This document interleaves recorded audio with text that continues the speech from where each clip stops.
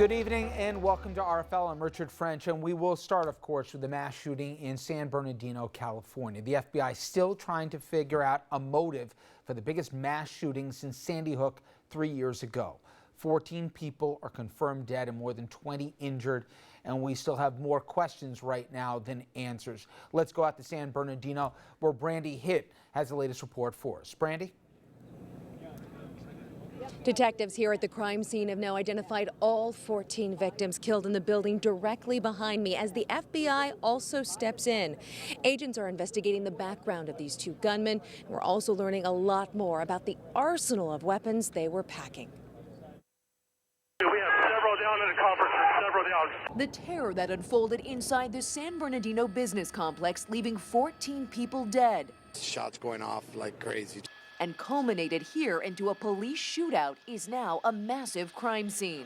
The suspects, when they entered, fired somewhere between 65 and 75 rounds from their rifles at the scene. Police say the killers, 28-year-old Saeed Farouk and his companion, 27-year-old Tashfeen Malik, dressed in tactical gear and planned Wednesday's attack, first dropping off their 6-month-old baby with a relative.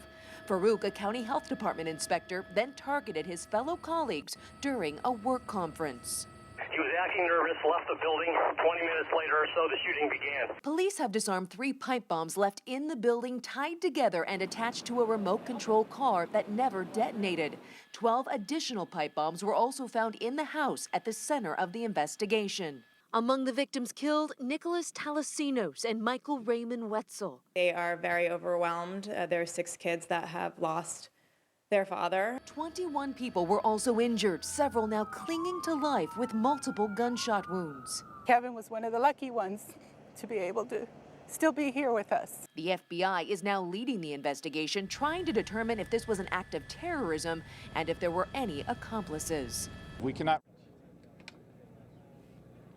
These shooters were well armed. In fact, all 4 of their weapons were purchased legally, and they had thousands upon thousands of unused ammunition still waiting for them in their vehicle, and also, according to authorities, back at the house. Reporting live in San Bernardino, Brandy Hitt, ABC News. Now back to you. Thank you very much, Brandy. Now, a short time ago, I spoke with Democratic Senator Richard Blumenthal of Connecticut. He is pushing for stronger gun control. Senator, after yet another tragic shooting, late yesterday, you tweeted the following. In 30,000 tragic deaths every year, and now San Bernardino, Congress is effectively complicit for its inaction. That's strong here. You believe there's complicity on the part of Washington?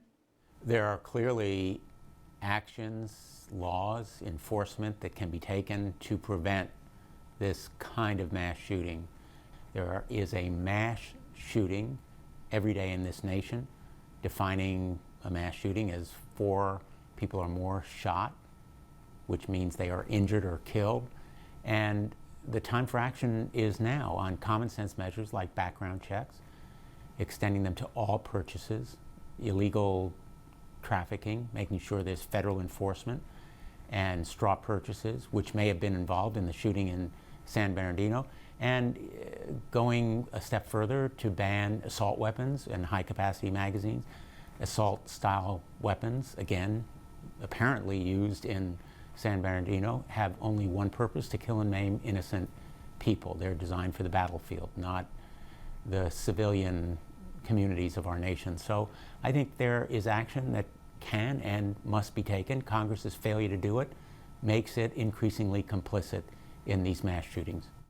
You know, Senator, some of your colleagues have already said the last thing we need are more laws. All you have to do is enforce the laws on the books relating to guns. Do they have a point?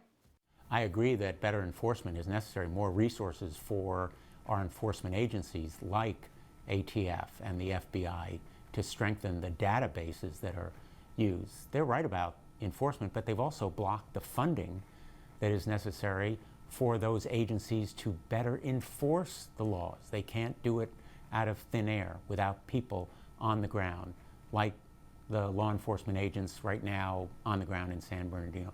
But more laws, or better laws, are necessary also. Terrorist watch lists now have names of people who are prohibited from boarding planes. Why are they allowed to buy guns?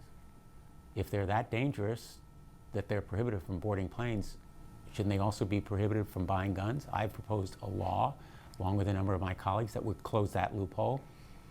Why are 40% of gun sales outside the background check system? Because they're private by unlicensed dealers? Shouldn't we have a universal background check to keep guns out of the hands of dangerous people? Another change in law. Why shouldn't we have better enforcement, but also new laws to enable enforcement against illegal trafficking of guns across state borders?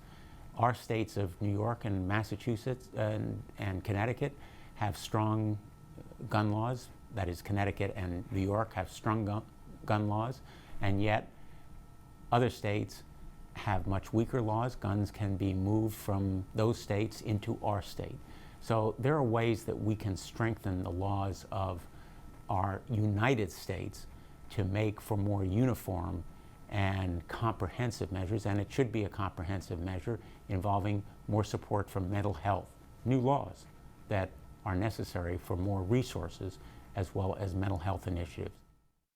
Obviously, I don't have to tell you, but after the tragedy of Newtown, the consensus is if that would motivate Washington to adopt new rules and laws as it relates to guns, many people believe nothing's going to do that. So to that end, you could sense, and I'm sure you could even see it where you are, just how hardened and inured as a public we become to all of this.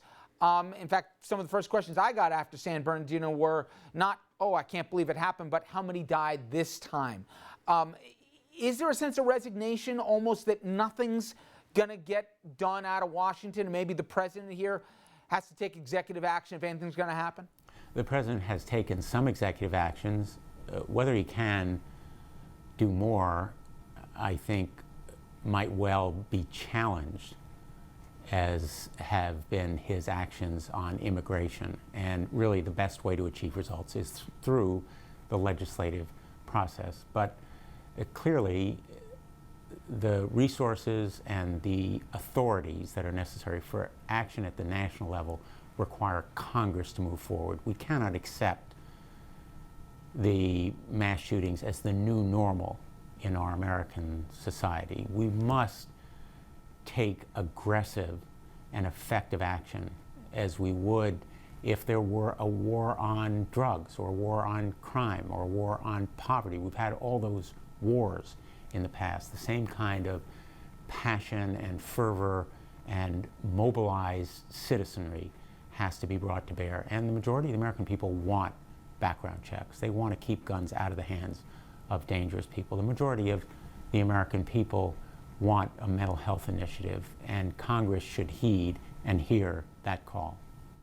Finally, before I let you go, Senator, do you have any reasonable or rational reason to believe that this time's going to be any different from the other times in D.C.? I mean, I agree with just about everything you had to say, and I think believing if you do the polls that the public basically agrees as well. But again, if it didn't happen after Sandy Hook, why will it happen now? I don't know that a single instance of gun violence or mass shooting or hideous tragedy like San Bernardino is going to be the tipping point. But clearly, as these mass shootings accumulate, at some point there will be action. And there is no way that I am abandoning or surrendering in this effort.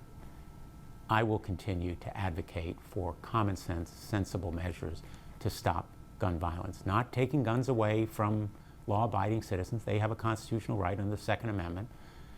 Not taking guns away from people who want to use them for recreation or hunting. They have an opportunity to do so, but making sure that we keep guns out of the hands of dangerous or deranged people.